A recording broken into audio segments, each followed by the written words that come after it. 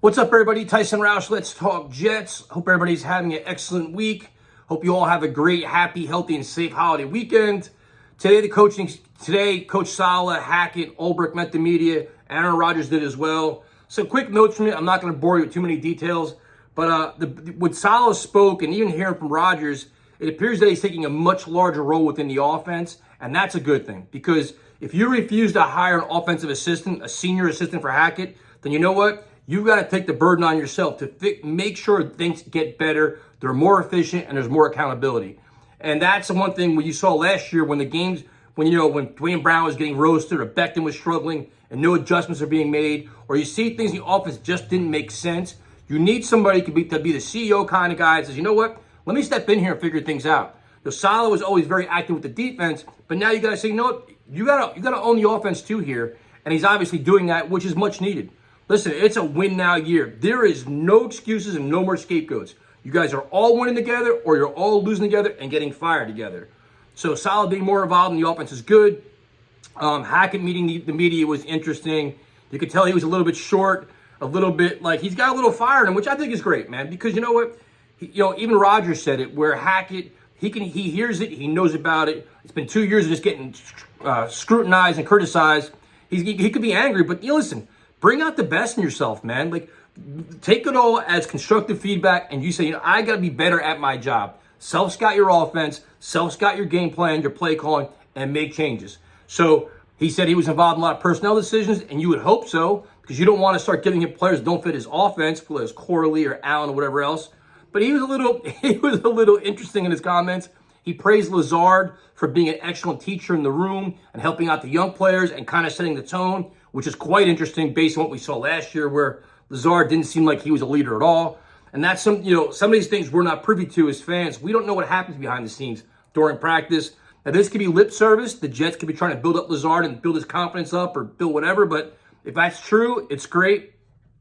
One of the things that Rodgers said that I absolutely love was how the young linemen are talking to the older linemen. Like, I think he said it was Carter Warren walked up to Morgan Moses and asked him some questions. Then he came back in the locker room. He said Olu was talking to Tyron Smith, and that is perfect. You want these young guys to learn as much as humanly possible from excellent mentors and let it translate to the field. You want to see all these veteran players, Mosley, Rodgers, Quinn Williams, spread the information to all these young players. So, and that was another thing that Rodgers said too, was like the players got to hold this locker room a lot more accountable. The players have got to own the locker room. And I think Rodgers saw from afar how things went astray, where when the shit hit the fan, there's finger pointing, guys are quitting, offense versus defense. I think Rodgers saw it, and this is him being back in the building front and center and owning and captaining this team. Captaining, is that a word? Being a leader of the team, he sets the tone, and he has it. Like, listen, this is the way we got to run things. We've got to change some stuff here. That's encouraging. He has no limits. Obviously, Rodgers said he's full speed. He could run. He could throw.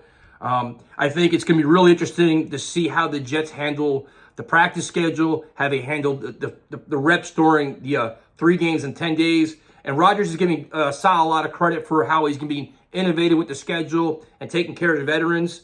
So a lot of exciting stuff. And I think the most important news out of today is that Rodgers looks phenomenal in OTAs. Obviously, I wasn't there. You just see all the reports.